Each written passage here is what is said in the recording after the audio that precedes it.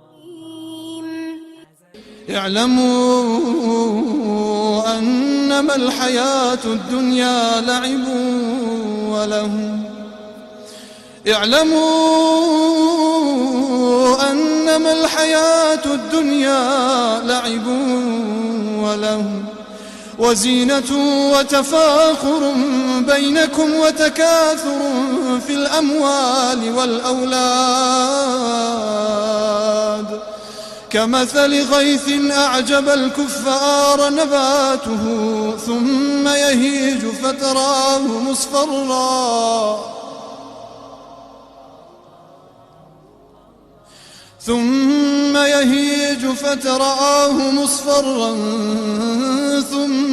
يكون حطاما وفي الآخرة عذاب شديد ومغفرة من الله ورضوان وما الحياة الدنيا إلا متاع الغرور سابقوا إلى مغفرة من ربكم وجنة عرضها كعرض السماء والأرض أعدت للذين آمنوا بالله ورسله ذلك فضل الله يؤتيه من يشاء والله ذو الفضل العظيم۔ وہ اس آیت میں اللہ تعالیٰ بتاتا ہے کہ یہ 5 سٹیجز کون سی ہیں۔ انما الحیات لعب میں نے کھیل تماشا، یعنی زندگی کے پہلے 8 سال لے لیں، انسان کھیل تماشے اور کھیل کود میں ہی رہتا ہے۔ اب زندگی کے دوسرے 8 سال لے لیں جو کہ 16 سال تک ہو گئے، 9 سال سے لے کر 16 سال تک، اس کو اللہ تعالیٰ نے لہو کہا ہے کہ بے مقصد انسان بالکل بے مقصد ہوتا ہے، اس کا کوئی مقصد، کوئی ایم، کوئی امبیشن ہی نہیں ہوتا اور وہ بس یوں ہی زندگی جیے جا رہا ہوتا ہے۔ اس طرح اس کے 2 سٹیجز ہو گئے۔ اب جو تیسری سٹیجز ہے وہ زینتن، یعنی اللہ تعالیٰ نے سورت الحدید میں تیسرے 8 سالوں کو زینت سے تشبیہ دی ہے کہ وہ زینت کہ 25 سال میں 26 سال میں انسان اپنے آپ کو سنوارتا ہے، سجاتا ہے، زینت کا سامان کرتا ہے، اپنی خوبصورتی کو دیکھتا ہے، اپنا گھر بنانے اور شادی کرنے کے بارے میں سوچتا ہے۔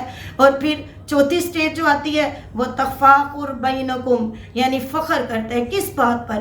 انسان نے اچھا گھر، اچھی گاڑی، اچھی جو کچھ ارن کیا ہوتا ہے اس پر تفاخر، فخر کرتا ہے کہ میں نے یہ کمایا، میں نے وہ کام کیا۔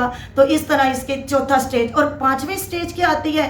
وہ جو آخری سٹیج ہے وَتَكَاثُرُ فِي الْأَمْوَالِ وَالْأَوْلَادِ، کہ وہ جو کچھ اولاد اور اس کے پاس مال ہوتا ہے وہ اس کو مزید بڑھانا چاہتا ہے کہ وہ اور لوگوں کے مقابلے میں اس کے پاس اور زیادہ ہو جائے، کہ اس کے پاس آتا جائے، یعنی کہ ایک قسم کی ہرس ہو گئی۔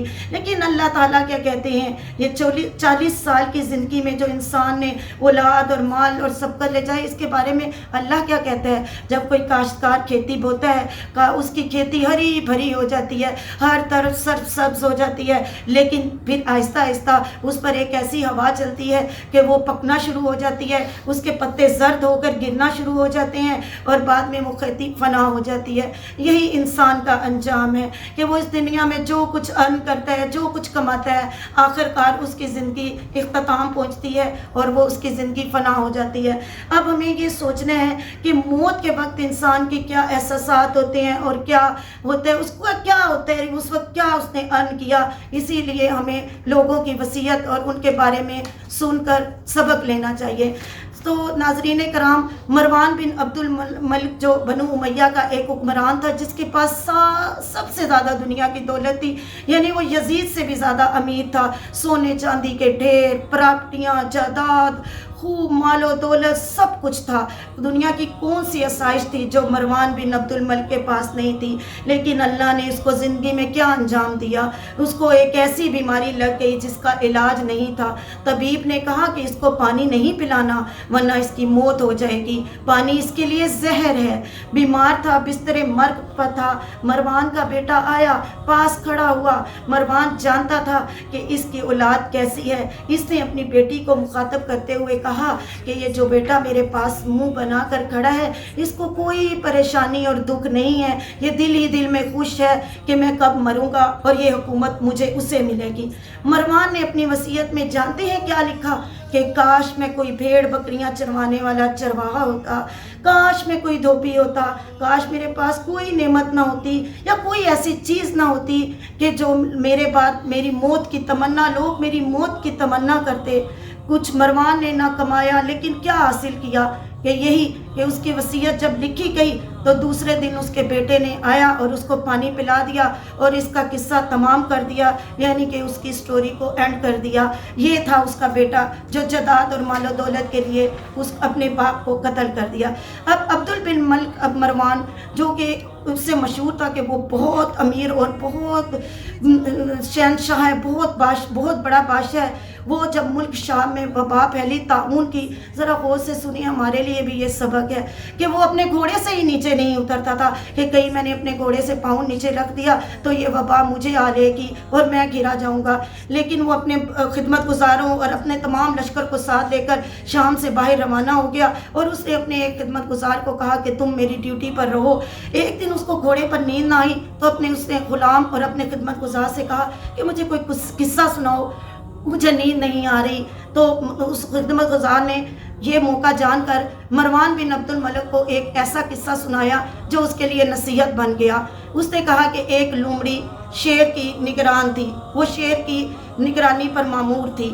جب شیر سو جاتا تھا تو لومڑی اس کی نگرانی کرتی تھی، لیکن ایک دن وہ آسمان سے ایک عقاب آیا اور لومڑی کو جھپٹ کر لے گیا۔ لومڑی کو جب اس نے اپنے پنجوں میں سے پکڑا تو وہ بھاگ کر شیر کی پیٹھ پر بیٹھ گئی، لیکن دوسری دفعہ دوبارہ وہ آسمان سے آیا اور لومڑی کو پکڑ کے لے گیا تو لومڑی چلانے لگی کہ مجھے بچاؤ۔ تو شیر نے کہا کہ میں تمہیں تمام زمینی مخلوقات اور آفات سے تو بچا سکتا تھا، لیکن آسمانی تمہیں آفت سے میں کیسے بچاؤں؟ تو مروان بن عبد الملک کو اس کہانی اور اس قصے سے ایک نصیحت ملی کہ یہ وبائی مرض مجھے آسمانی آفت سے تو نہیں بچ سکتا میں، لیکن زمینی آفت سے تو یہ مجھے پھر بھی بچا سکتے ہیں۔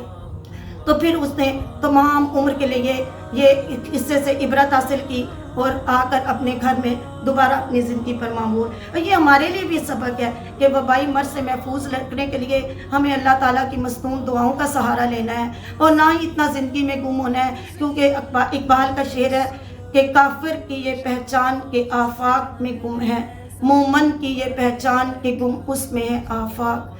تو بس میری یہی دعا ہے کہ اللہ تعالیٰ ہمیں دین کے رستے پر چلنے کی توفیق عطا فرمائے۔ آمین یا رب العالمین، آمین۔